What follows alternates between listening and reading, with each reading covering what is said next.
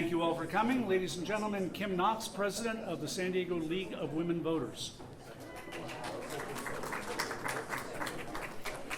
Good evening. I am Kim Knox, President of the League of Women Voters of San Diego. Tonight, we are proud to be hosting the first in a series of community discussions addressing the rise and the impact of threats directed at local elected officials over the past few years. The mission of the League is to empower voters and defend democracy. Rising anger and vitriol directed at local officials, disrupting public debate, and driving people of goodwill out of the public arena undermine both. So what can we as citizens and League members do? What is the boundary between the First Amendment right to free speech and unacceptable harassment and disruption? These are the subjects of tonight's discussion. It is my pleasure to introduce Steve Dinkin, President of the National Conflict Resolution Center, an organization with the premier national reputation for addressing matters like those we'll deal with tonight, to give context to the issue and to lay out our program for the evening. Steve?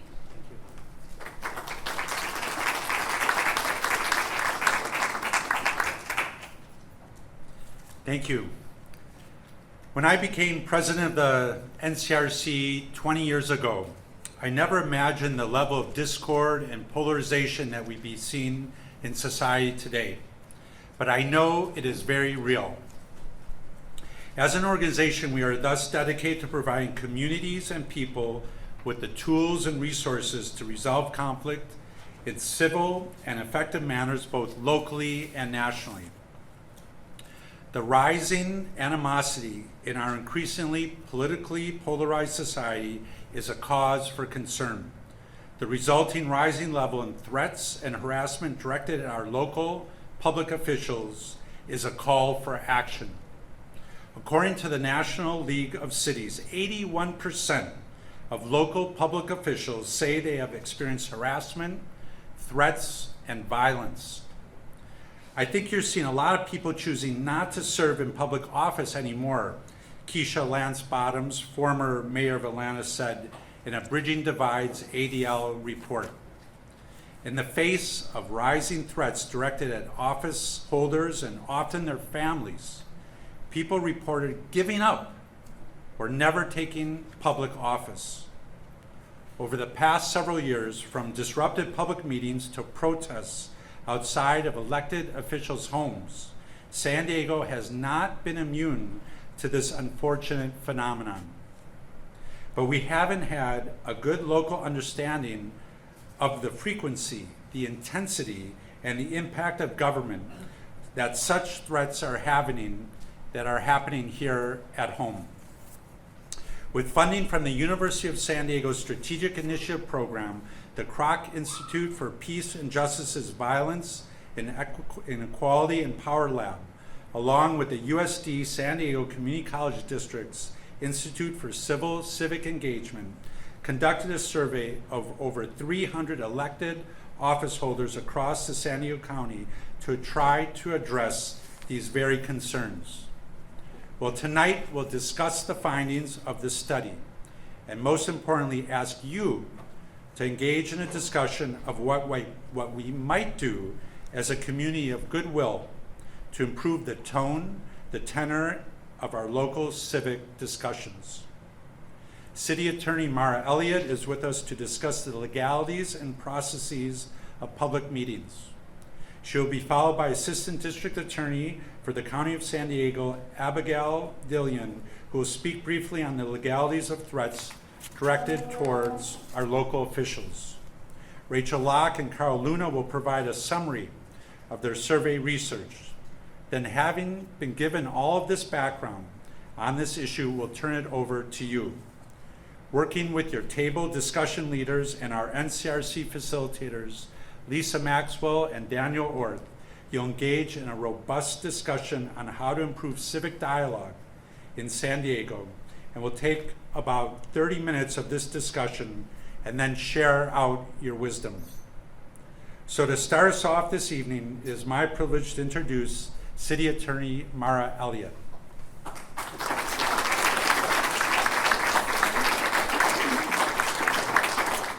Thank you, Steve. Good to see everybody here today.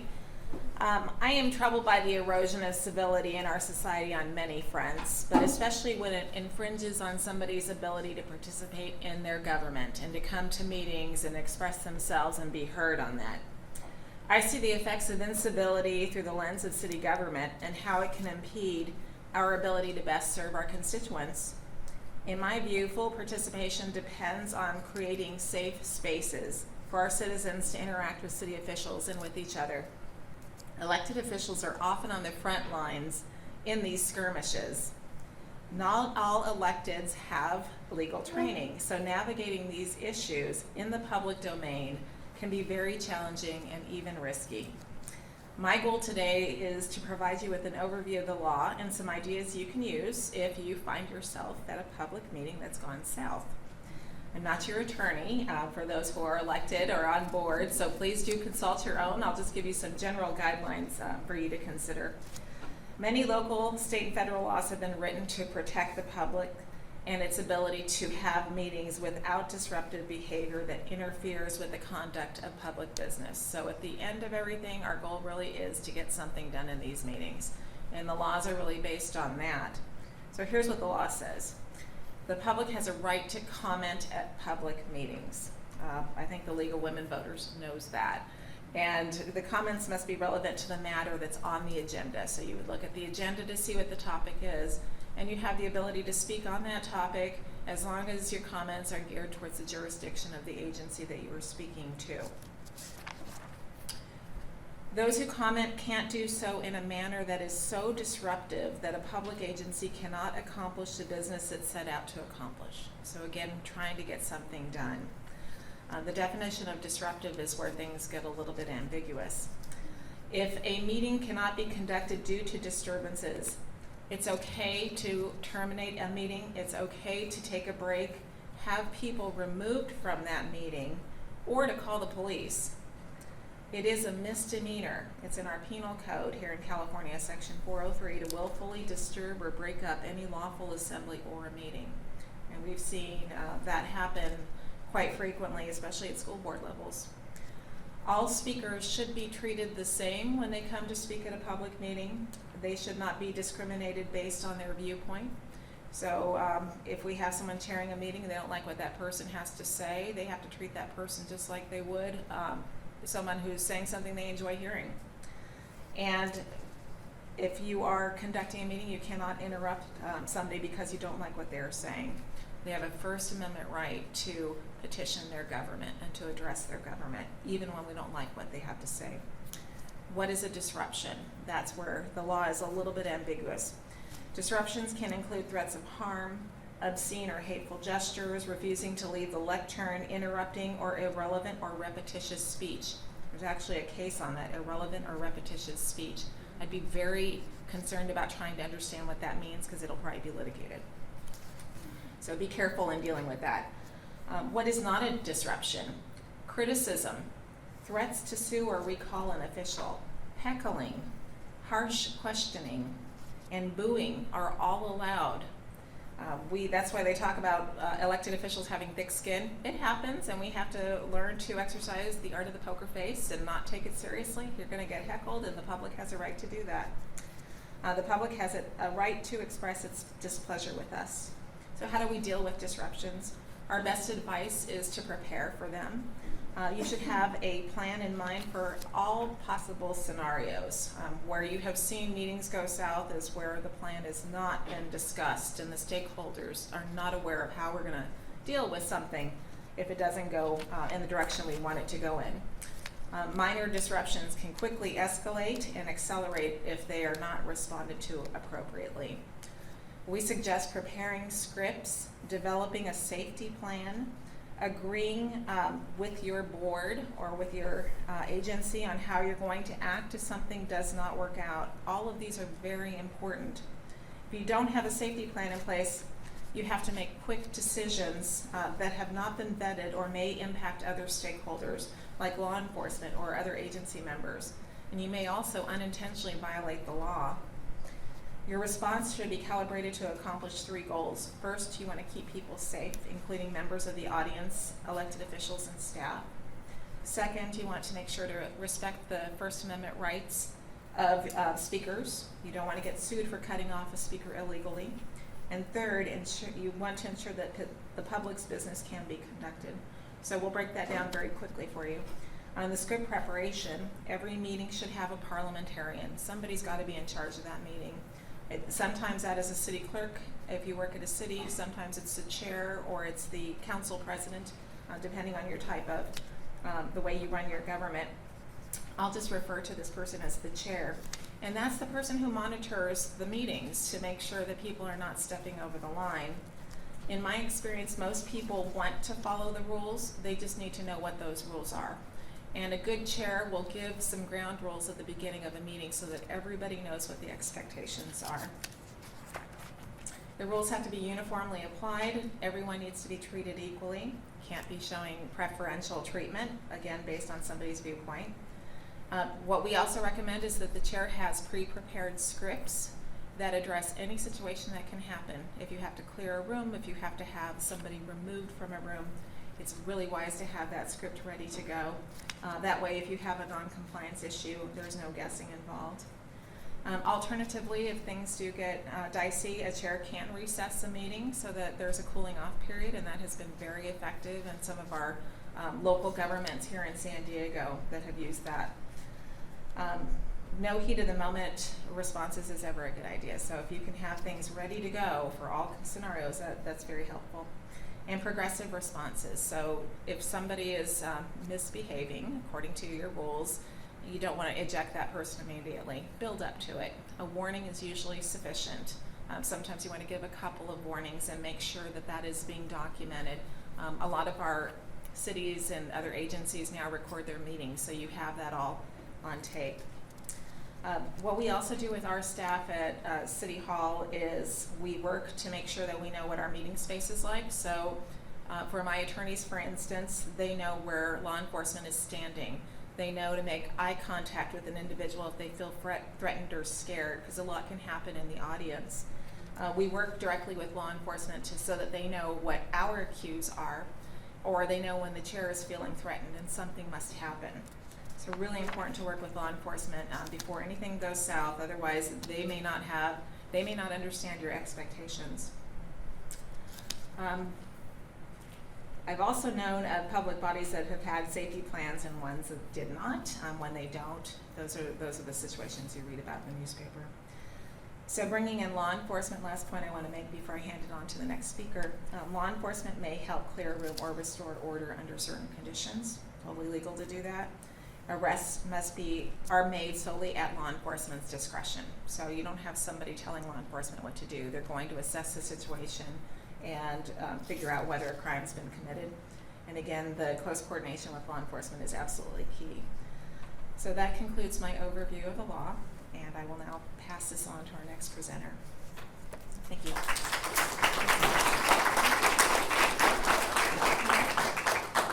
All right, I'd like to welcome Abigail Dillion, the Assistant District Attorney for the County of San Diego. She's the lead hate crime prosecutor for the county and co-chair of the San Diego Regional Anti-Hate Crime Coalition. She's been a prosecutor for nearly a decade and previously worked in the Family Protection Unit, where she's prosecuted crimes involving domestic violence and child abuse. And Abigail will talk about the legalities of threats and harassment.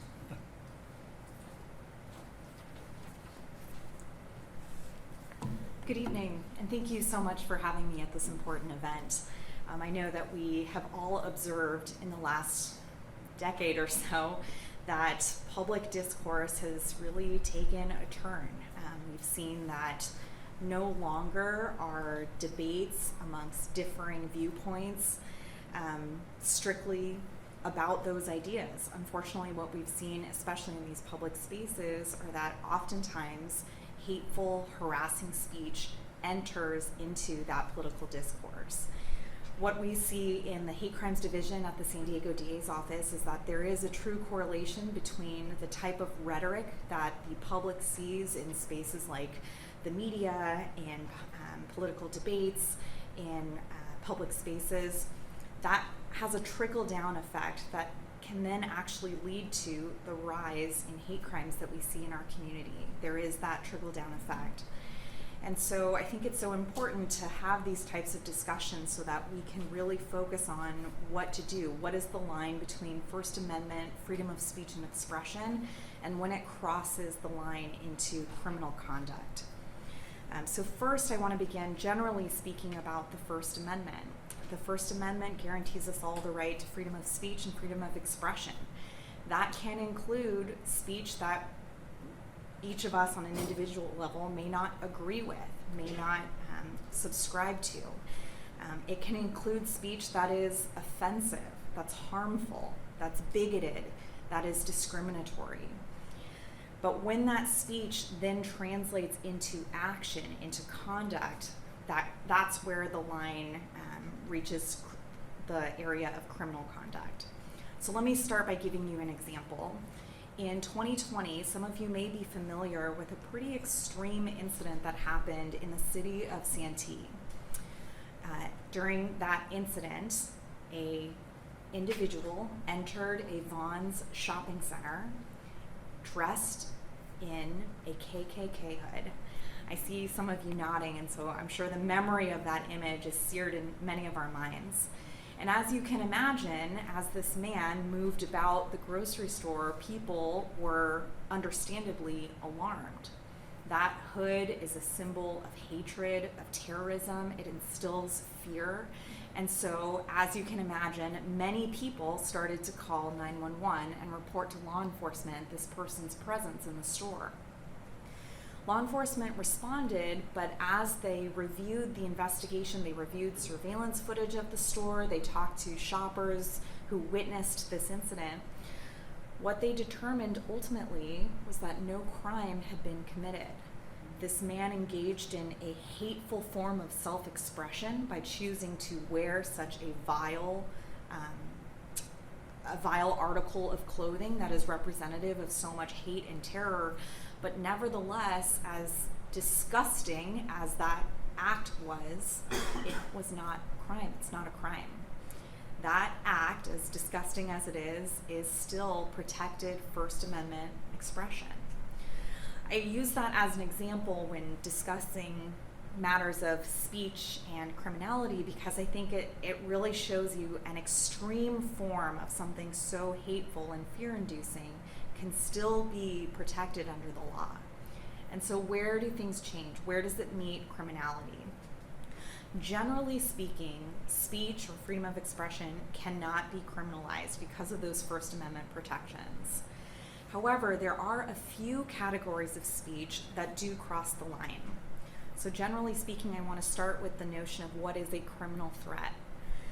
Criminal threats require us to prove that a threat was made by the suspect with the threat has to include a threat to kill or a threat to harm and cause bodily harm, what the law refers to as great bodily harm, so severe injury. Not only that, but the speaker of the threat, the person who's communicating it, has to intend that their statement be understood as a threat. Under the circumstances, the threat has to be so clear, immediate, unconditional, and specific that it communicates to the victim a serious intention and the immediate prospect that the threat will be carried out. So in other words, if it's an anonymous troll on the internet who's saying on a comment somewhere, someday I'm going to slice that lady with a paper to give her the worst paper cut imaginable, just as a silly example. In that case, it's technically threatening language, but again, that is an example that doesn't quite meet the threshold of a criminal threat. On the other hand, we recently had a case here in San Diego where there was an organization receiving threatening messages through their social media account. Those threats started as just generally harassing language initially, but over time they became more and more specific. The speaker threatened to show up at the organization's next event. It referenced the event's date and time. It described people belonging to the organization. And finally, it included the specific threat that they were going to kill. In that case, that's when their harassing speech, their threatening speech, could actually be charged with a criminal threat as defined under the law. Stalking is also one of the crimes that incorporates the use of threatening speech.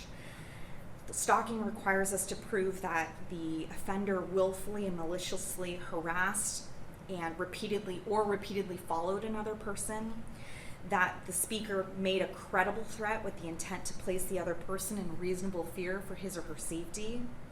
And it further defines a credible threat as one that causes the target of the threat to reasonably fear for their safety, and one that the maker of the threat appears to be able to carry out. So in other words, I know there's a lot of legal speech in there, but really the takeaway is, if you are on the receiving end of threatening language, in order for it to be able to be charged as a crime, there needs to be a serious intention behind the threat made by the speaker, one that actually places you in reasonable fear for your safety, and one that is specific enough to cause you to fear for your personal safety. Now, when it comes to the intersection of criminalized speech and then hate crimes, often what we see for women, and especially women of color in positions, in public official positions, is that they really are on the receiving end of more harassment than their male and white counterparts. And, unfortunately, oftentimes what we see with the way that public discourse has been spiraling out of control, I'm thinking most recently of some of our more recent elections, what we've seen from our public officials, is that, when there is discourse that includes insulting language about someone's gender, their race, their religion, their sexual orientation, oftentimes that demeaning language gets folded into the type of harassment that people are receiving. In addition to the kind of parameters to charge threats as crimes, hate crimes add the additional difficulty of then having to prove also that the criminal threat is motivated by an underlying bias against that protected identity characteristic. And so what you can see is when we criminalize speech, so much of it depends on our ability to prove what is the motive of the person making the threat. What is the motive of the person who is committing the hate crime? Now, I certainly don't want the message here to be that, there's only so much that law enforcement can do, and this is just something that we have to tolerate. That's certainly not the message I want to convey. What we've seen, what we've had documented, is that over time, hateful speech, harassing speech, even if that speech in and of itself cannot yet meet the threshold of a crime, it often does act as a precursor to future criminal acts. And so what we encourage everyone to do is to continue to document when you are receiving threatening language, harassing language. It's so important to make sure that that is documented, because it can become powerful evidence in a future prosecution of a crime. With hate speech, for example, for the individual who was contacted as part of the Santee incident at that Vons shopping center, we really applauded the community for bringing it to law enforcement's attention, because not only did the sheriff's department respond very swiftly, but they were able to identify that person, they were able to have contact with that person, and now, should that person ever engage in future criminal conduct where there's a question as to whether or not he harbors a racial bias, now that Vons shopping center incident could become extremely powerful evidence of that bias. And so again, what I would really encourage you all to do is to continue to document. If you belong to a group that sponsors public meetings, make sure that there is somebody there who's acting as a historian. If you have, for example, a repeat offender, somebody who is consistently disruptive, it would be helpful to keep track of how often that person is coming to the events. What is the content of their speech? Is it escalating in any way? Is there a common theme? Are there specific trigger words that are used, or specific insults that are directed towards the speaker's race, ethnicity, sexual orientation, or gender?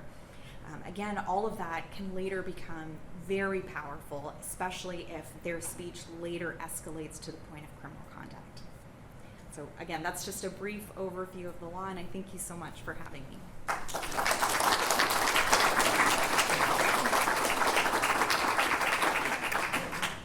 Thank you, ADA Dillion, and thank you for all of our speakers for laying out the context and the legalities and the structure of what we're going to be getting into now. We're going to now start talking about the data in our study, but I do want to give a call out to Bill Ponder. He is the Community Director for the Burnham Center for Civic Advancement. Hi, Bill. The Burnham Center is also supporting our events and our discussions. Let me move this over here. And I'd like to bring up Rachel Locke, who's the director of the VIP lab at the Kroc Institute for Peace and Justice. Rachel and I have been working, well, Rachel and her team have been working on all this. I've been mostly just kind of giving some ideas and helping to organize a few community events. This all started about a year ago. Rachel and I were having a discussion at USD about just what you've been hearing about, the rising threats and harassments, anecdotally, specifically, been hearing from elected officials. And our question was basically just how much is this affecting local government and politics in San Diego? There have been some national studies that have been done looking at the broader level, but we discovered there's been no real local surveys being done to ask elected officials how they are feeling, how these sorts of threats and harassment they're receiving have been impacting their ability to do their job and to want to stay in their job. So what we put together was a grant that the University of, no, go back to that other one there while you're looking at it, a grant from the University of San Diego's Office of Strategic Initiatives to do our initial study, which we're hoping to grow and get funding to do on a broader level in years to come, and do this as an ongoing picture of what's going on in San Diego. And it was an ambitious study. Rachel and her team did an extensive literature review to find out what has been done looking at this issue nationally and locally. They then put together a survey of over 300 elected officials. We targeted in this round elected school board members, city councils, mayors, and the Board of Supervisors. In future, we'd like to expand it to the state elected officials, congressional officials, and then a variety of other boards, and then start looking outside of San Diego. We received back from almost a third responded to it. More than 10% of survey respondents were then interviewed for follow-up interviews to put a personal face on the raw numbers and the data. Over 400,000 tweets were examined and coded to try to look at what people are receiving on social media, and then traditional media, looking at the newspapers, magazines, television, to try to get a deep image of what's going on for threats and harassment directed at local officials. Now, to walk us through all of this with very detailed data, I turn it over to Rachel.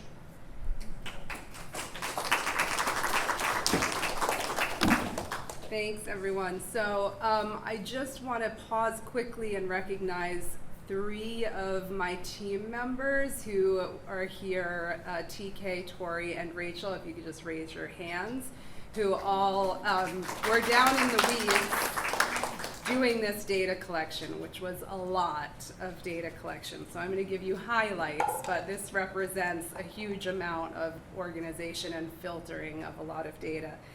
I want to say just 2 quick things before I get into these numbers, which is what we're here to talk about and what we do about them. The first is to respond just to what ADA Dillion was talking about in terms of what reaches criminal threshold. To be clear that what we were asking about was not incidents that must reach criminal threshold. We're asking locally elected officials to tell us about what felt to them to be threatening or harassing, even if it didn't reach that level of criminal threshold, because what we're interested in is what the impact of this is, not just within the criminal justice system, but on individuals who are serving an elected office. So that was a really great overview. I just want to be sure that we're clear about what we were asking about. The second thing is just to underscore this point that Carl mentioned. This is the first and only mixed methods research study on threats and harassment of locally elected officials in the country.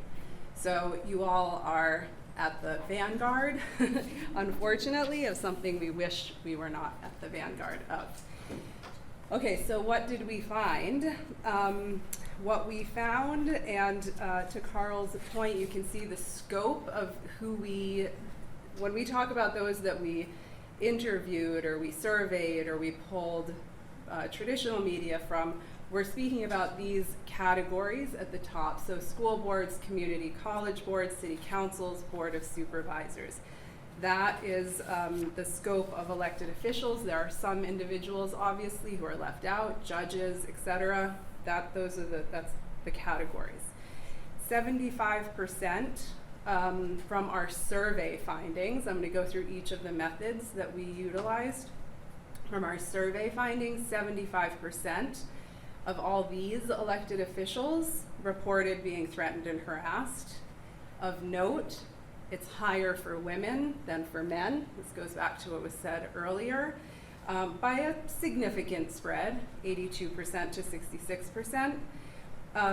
This is not a partisan issue, so moderates were actually the most likely to receive threatening and harassing behavior or vitriol.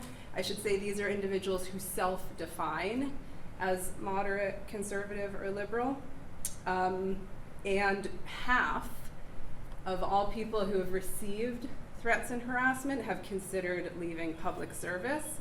What's really important to note here is that once again, there's a pretty significant spread between genders. So twice as many women, have considered leaving public service as men. So the impact is felt differently. We're going to speak a little bit about why that is. So some additional findings, 66% say threats and harassment have increased since they started their public service. 47% say that these threats and harassment are coming at them almost monthly. So this isn't a one-off, this is repeated behavior. These next points are interesting. 23% say they are less likely to speak their minds publicly due to these threats and harassment, whereas 14% say they're more likely. So there's an emboldening effect for some of our respondents. I think we need to dig into that a little bit more. How does that spread disaggregate by gender and some other issues? So that's one of the things we'll be looking into for the final report. Of those who say they themselves have never been threatened or harassed, half of those say it's still a central issue, in large part because they see their colleagues or their peers being threatened or harassed. And a large majority, 78% of all respondents, believe that either all or most elected public officials are threatened or harassed. We're gonna, as I move through this, give you some quotes from individuals who I spoke with. So I'm gonna pause and you can hear from the people themselves. Things are harder now than it was previously to get people of goodwill to run for local office. When things ramped up, the board members didn't really engage in discussions in front of the public. They just voted. Limited discourse because that limited the space for hostility. Thanks, Carl. Carl's helping me out because I've been a little sick, so my throat's a little scratchy. He's giving me a break. So now we're going to move on to what we found from the traditional media review. So those first data points were what we found from the survey. This is from our traditional media review, which included print and radio articles that themselves cited threats or harassment, and we looked at between 2017 and 2022. What's interesting here is from 2017 to 2019, there were almost no reports in the media. Thank you, Carl. Starting in 2020, this went up to, in 2029, in 1 year, media reports. In 2021, 6, and in 2022, 8. So these are articles in the media, again, about threats and harassment. The majority were towards school board members. I mean, of course, we have way more school board members than we do city council members or board of supervisors, but still, even looking at that proportion, the majority was school board members. This wouldn't be surprising given some of what was happening in those years with decisions about schools closing, masks, etc. The vast majority were women. Again, this is a consistent finding. In the articles, and white women were the greatest number of individuals, but women of color were the greatest target by proportion of overall population. And where information about perpetrators were included, white men were the most responsible in terms of perpetrating threats and harassment. 20% involved family members, so referencing I'm going to do harm or saying something negative about a family member, and half involved a death threat. Note that these are the incidents that made it to the media, so these are likely to be the more intense threats. That's not representative of the overall universe of threats and harassment. The types of threats that, again, came through in the media review include sexual harassment or sexual violence, threats to end political careers, threats to be forced out of your home, so not just your political office, but your home, your community, doxing or having your personal information posted publicly, stalking, hiring private investigators, breaking into private meetings, visiting people's homes. These were all methods that were used. There were 9 incidents that were forwarded to the police. 5 were investigated as reported by the media. It may be more than that, but as reported by the media. We saw some of the results were restraining orders, rule changes, meetings went online instead of being in person, and there were resignations as well. And then 2 incidents of harassment were reported to the police. So 9 incidents of threats, 2 incidents of harassment. Carl. I don't go to the grocery store during peak hours or when we are deliberating something that's contentious. I'm more aware of my surroundings, more aware of where I am, people around me, potential threats.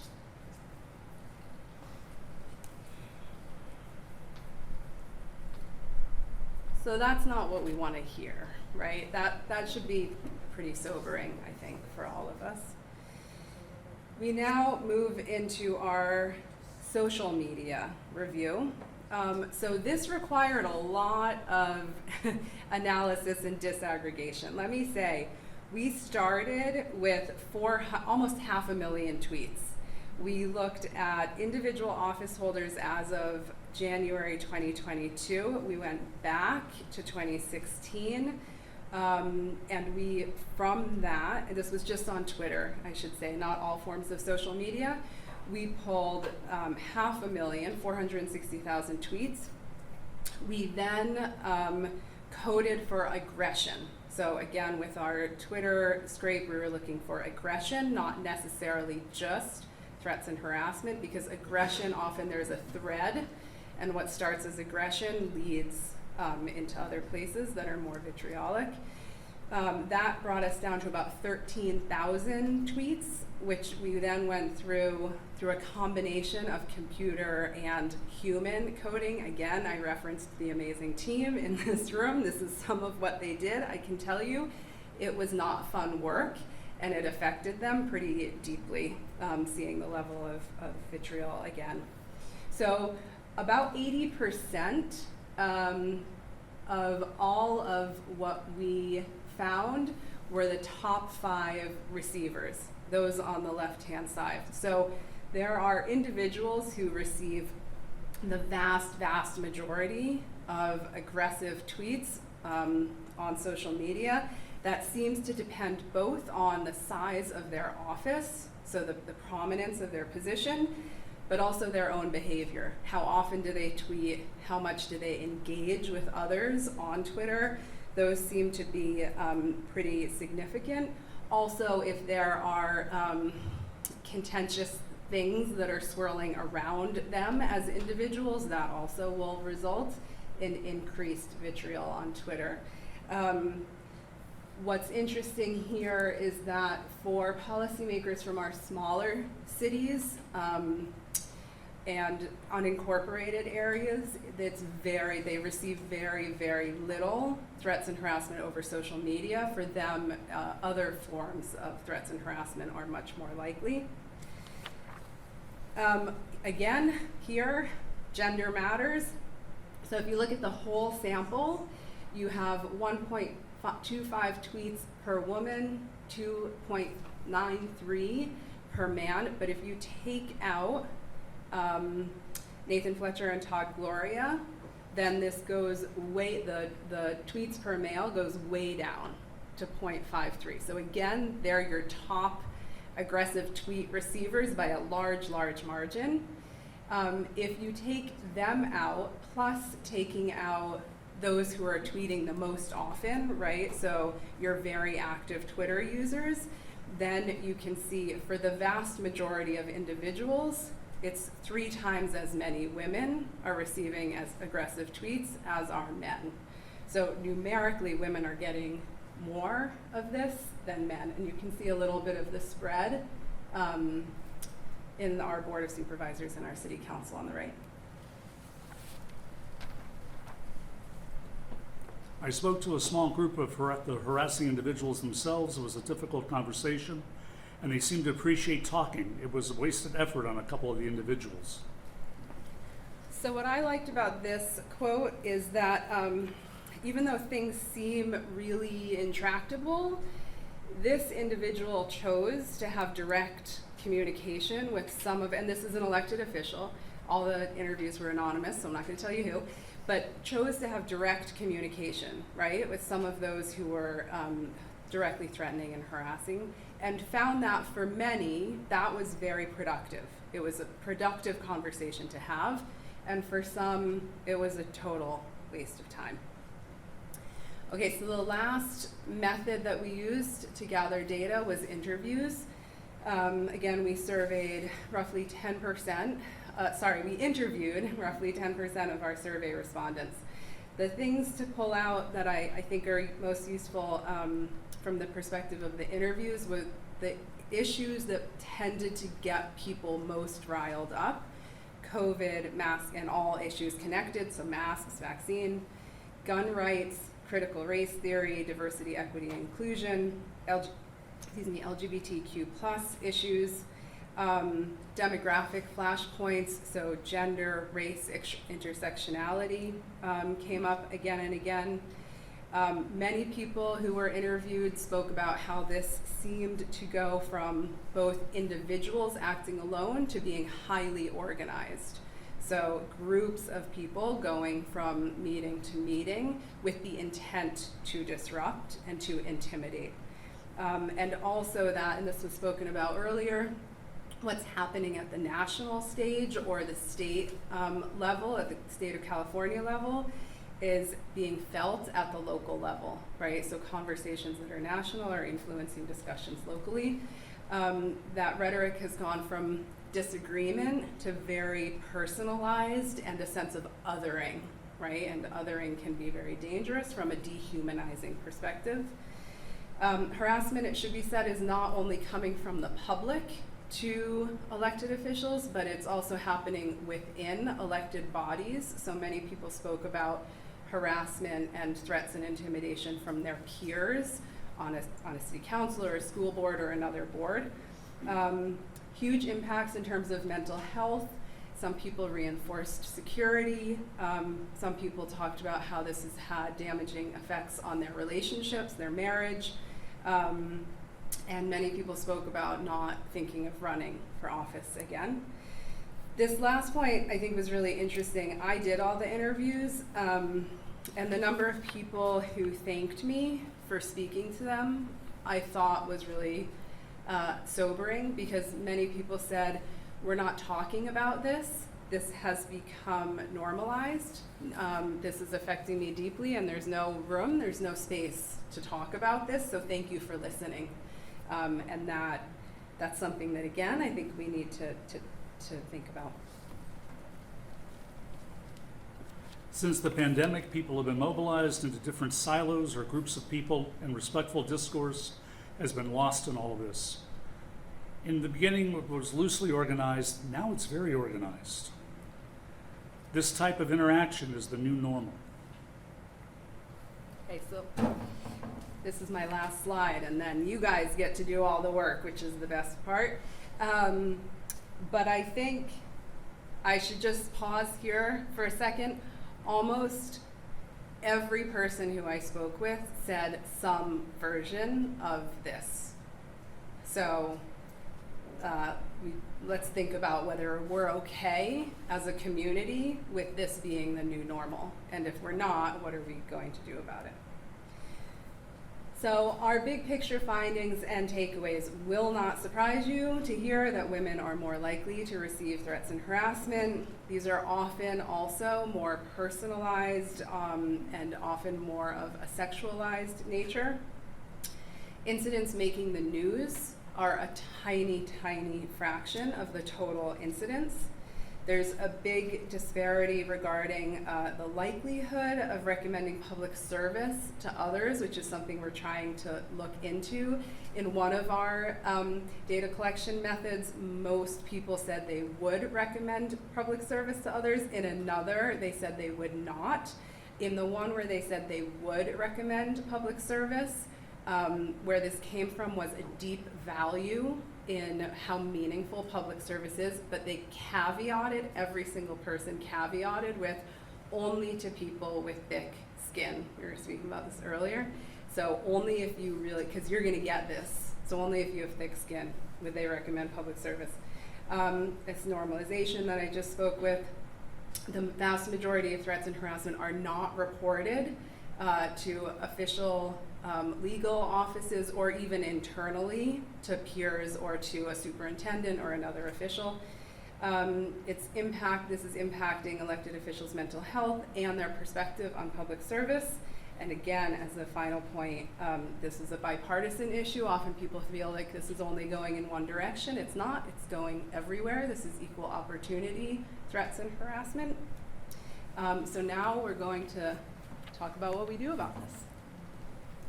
Well, actually, there are a variety of solutions that have been talked about. City Attorney Mara Elliott was very eloquent in looking at ways meetings can adapt to these issues. But we'd like to talk with you and get you to start talking about maybe a deeper dive on how we can avoid the problem in the first place. What is it that we need to change? I mean, we can do laws at the meetings, we can have de-escalation training, we can encourage people with thick skins to run for office. The problem with that is you start to run into political science will tell you ideologues, the people who don't care because they've got an agenda rather than people looking for the public good.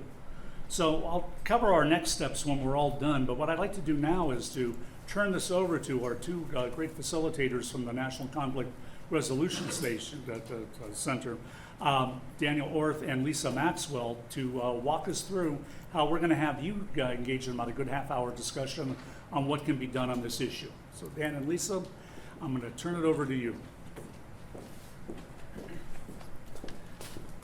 Great. Well, thank you, Carl, and thank you, Rachel, for the research, and to the team who's here as well, and many thanks to the League of Women Voters for inviting the National Conflict Resolution Center to be a part of tonight. As was mentioned, I think, the core idea is, do we want this to be the new normal, right? And I think we all in this room probably would agree that we do not. And so one of the exciting things about the project that they're working on here is opportunities to engage members of the community like yourselves, which is why it's so great to see such a packed room here tonight, in ways to overcome this, and things that we can do to counteract this. So we want to be able to have some dialogue with all of you around the nature of this issue as just described by the research from Carl and Rachel and their work, and also talk to members of the community like yourselves about, what can we do about this? What are the strategies that we can put in place in addition to some of the things that you've already seen and talked about tonight, some of the ideas that are on the screen, but what are the ideas that you all have as members of the community, as the folks who are going to these meetings, as potentially the people who are receiving, the harassment? What do we need to do about this to develop some strategies? And so we have this great opportunity tonight to engage in some dialogue together.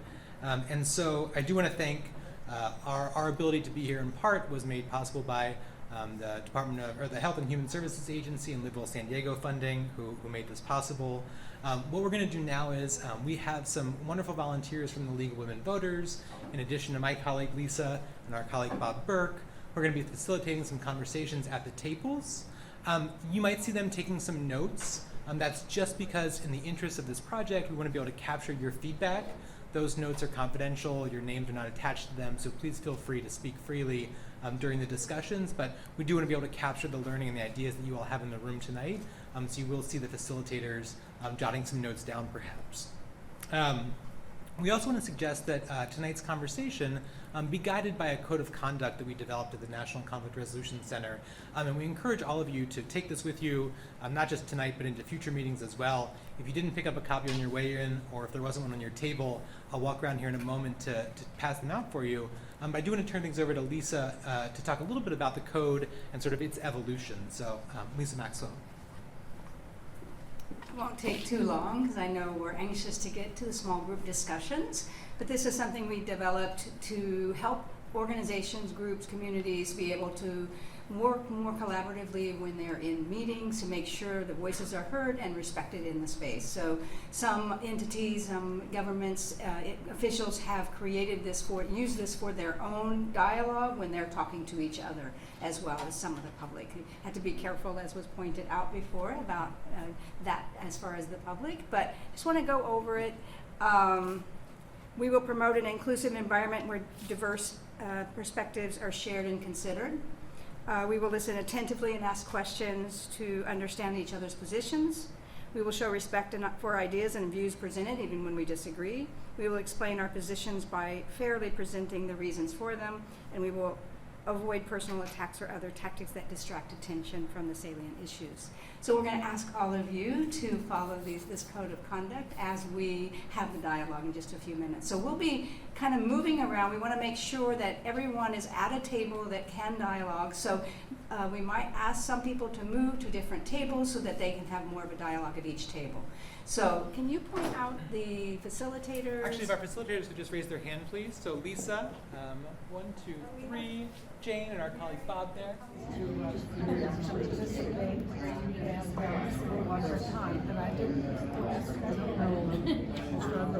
Yeah, I just missed out till 7:30. Yeah.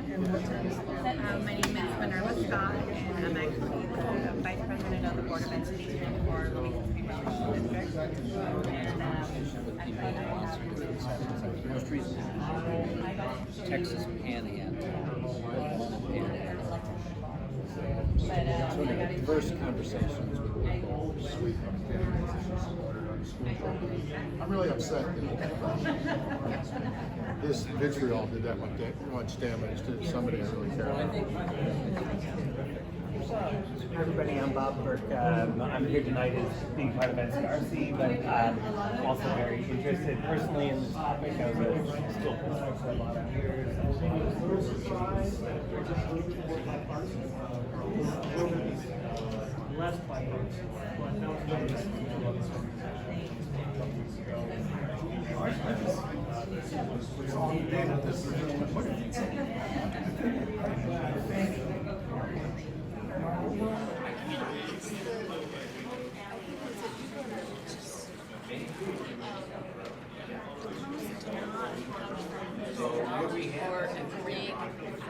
If there's no big audience first, you're not in the room, so you're speaking before, but it doesn't get. All right, so we're going to go ahead and start our kind of whole group discussion together here, capture some of the excellent learning. We're also going to further document the discussions that you all had as part of this work too, so that will also happen. So now, really just an opportunity to get like 1, maybe 2 of the very short, high-level ideas from your table discussion. I didn't hear a word he said. You want just 1 or 2 high-level kind of big picture ideas or strategies. I don't know, just big picture. So actually, we told Carl we've got data. Great. We have a data question that you might want to clear up when you do this again. And the data is, since not all people responded, out of the 328, there was like 123 or whatever. Is there a bias that people who responded had been threatened? So that was a question that we had and probably could be clearer in the data, because then the question is it really 75% or is it less because the people who are not threatened didn't fill out the surveys? So that was that one, although many of us were not surprised by the numbers. So, and then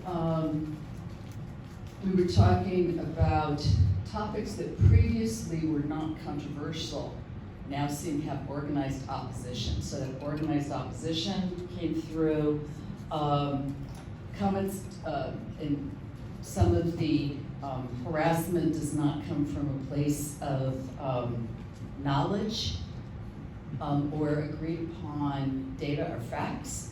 And that whole respect / I wonder why you feel that way. And if you don't respect or care about the other person, then you really don't care why they feel that way. I think those. Did you all have like one gem of a strategy that you wanted to share for overcoming this? Did we have a gem of a strategy? I don't think we did. Alternate forms for expression? Alternate forums for expression in terms of, we were saying that a lot of these councils and school boards, it's one-way communication. The board sits up there, a person gets up to the microphone, gives their comment on the topic, and the board says, thank you very much, next. And you almost get the feeling that they have made the decision and that having those confrontational conversations are not gonna happen. And so potentially saying, we're just gonna get people's opinions today, and then tomorrow we're gonna have a meeting where we can duke it out, you know, kind of thing, figuratively. That's awesome. Thank you. Perfect. There you go. Bravo. All right. Good job. So up here. Thank you for the prompt. Okay, to bring it down to 2, most of our group felt the data was probably undercounted. And we had a number of elected officials at this table, so they know. But one interesting comment, we found that there are other officials, public officials, besides elected officials, who have been harassed for decades. If you call the water department, or you call, you know, the other departments, you know, streets and so on, those people have been harassed for a long time and threatened, and it's only been since they come to the elected officials that more attention has been brought to this. So this has been brewing for a while. Our main thing about something that could be improved, the structure isn't very good. There are problems with the Brown Act, there's problems with Robert's Rules of Order. Sheila was saying that having this, the way the room is set up with the people on high, like the king always has to be on his throne and looking down at the people. And that if you could just talk to them across the table, that it would be probably much more civil. And people would feel like they're being heard. I think, yeah. And do some preventatives, working downstream so you're trying to prevent some of these problems. With the public health model. Yes, the public health model. So you Southern Poverty Law Center has a mapping system they do to see where hate crimes originate. And so a lot of the school boards across San Diego County are asking for something like that, for where is this happening and who is this being done by, so that they can support each other better. For example, they might say, this is what happened to our school board, this is who came, this is what they said, and this is what we did and it didn't work. So they can prepare better for their school board meetings to make sure that they're prepared for the type of kind of things that people are going to be upset about, and be able to prepare their staff and the meeting itself. So that was something that came up with. Did I capture that? Yeah, by region. By region, excuse me. See if it moves, if it shifts, if it follows a pattern. And our second one, We shared.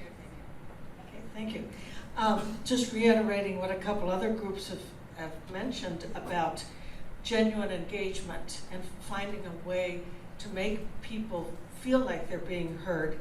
It starts with setting clear expectations, like time limits, and making it clear that this thing you came to this meeting for today, you will have a chance to share your thoughts, and training in diffusion techniques, and to help communicate to the people who are there that you are interested in what they have to say. That's, again, what some other groups have talked about.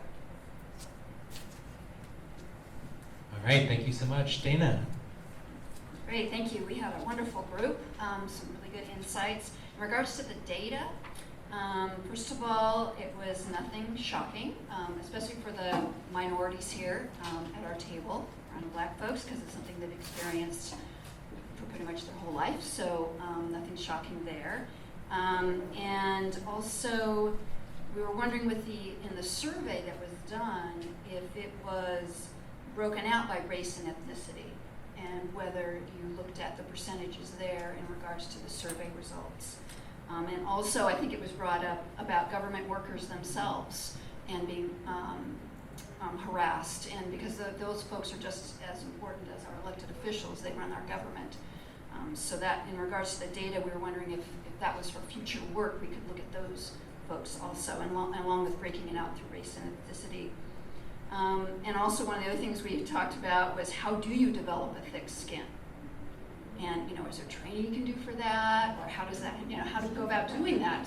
And what we talked about is one of the things you need is and also in developing a thick skin and still having empathy for others, even though you have that thick skin. And it was brought up that having a sense of humor can really help.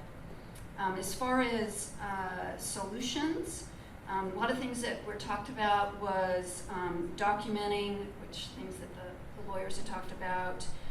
Actually, unfortunately, having officers there, having that presence, and having an attorney present. I'm an elected official on a water district board, and we do have an attorney there, and if someone goes off script, is making comment, but it's not on the agenda, they can stop them.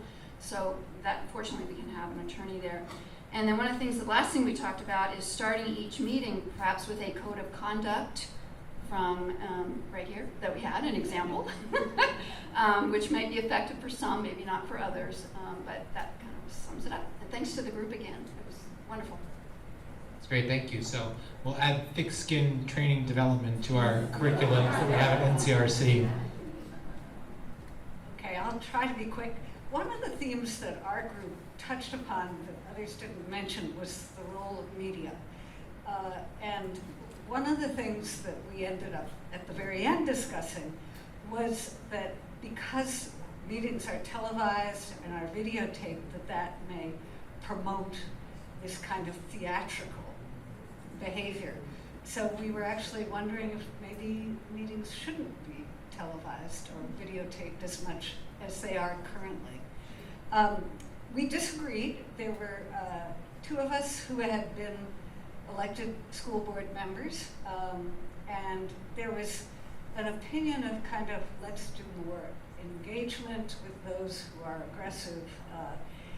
There was also the opinion that we need more limits, and one of us had been a school board member in another state where there was a culture that ad hominem comments were not allowed in public meetings, and repetitions were also limited, much more than in California. So those are our thoughts. Thank you. Thank you to all the groups, and I think a diversity of ideas and strategies out there already. I think for whether it's structural things, rules in place, training for the elected officials, including more people more inclusively in this. I think a lot of really rich ideas that are being captured here and will continue to be captured, and I think ultimately shared back with all of you at some point through the project. So I'll turn things over to Rachel, I think, to talk about next steps. Yeah, we did a little switcheroo there. Sorry to throw you off. Mainly because I just want to respond quickly to the two questions about the data, and we're going to wrap this up very quickly. But let me just say, in terms of the reporting bias that came from this table, potentially, except that the numbers that we found track with numbers that are being seen nationally. In other words, we're in the 70 and 80% ranges in terms of self-reporting threats and harassment all across the country for elected officials in different positions of office. So we think that that reinforces that we're pretty close, probably, to what the actual number is. And a large number of those who said that they themselves, this was a data point, hadn't been on the receiving end as individuals, had seen it of their peers and colleagues. So we're pretty confident, and I should say actually that we hit about a third, so about 30% of all of those who received the survey responded to the survey. That's actually way better than industry standard for this kind of survey. So we're pretty confident in the number because of that, but it's still a good point and something worth saying when we talk about the data. The other question about data was whether we broke out by race and ethnicity. We did. However, the numbers are so small exactly that we can't say anything that's statistically significant from a race ethnicity perspective for this particular data poll. The numbers were just too small, which is also saying something that the numbers are too small, right? So if we expand this out, which is one of the things that we hope to do as next steps, then hopefully we'll get a larger data pool, larger numbers, and then we can start to find some statistically significant information. There was one other point about there are other people in positions, both of elected office, but also in unelected. This would include like superintendents, teachers. There's a whole range of people who are on the receiving end of vitriol. We had to limit ourselves for a variety of reasons. One, we had to get the methodology right, and we had to prove that we knew that we had the right methodology with a smaller sample. We do intend and want to grow this work, to keep doing it in San Diego County, but also to potentially expand out to other counties, and ideally to include other categories of both elected and, if we get the money, unelected individuals who hold positions of public decision making or public import. It's really important work. We are actively in a fundraising phase right now to expand the scope. The final thing I'll say before Carl will thank you all for showing up, which I will also do, is the final report will be out in July. So we will send that around to those here who you probably received this information to. And if you, for some reason, haven't gotten it and you're really interested, by July or August, you can easily find myself or Carl and ask for it. And we'll hope to have more of these conversations. And I'm just truly grateful for all of you for showing up, so thank you. And thank you all for participating tonight.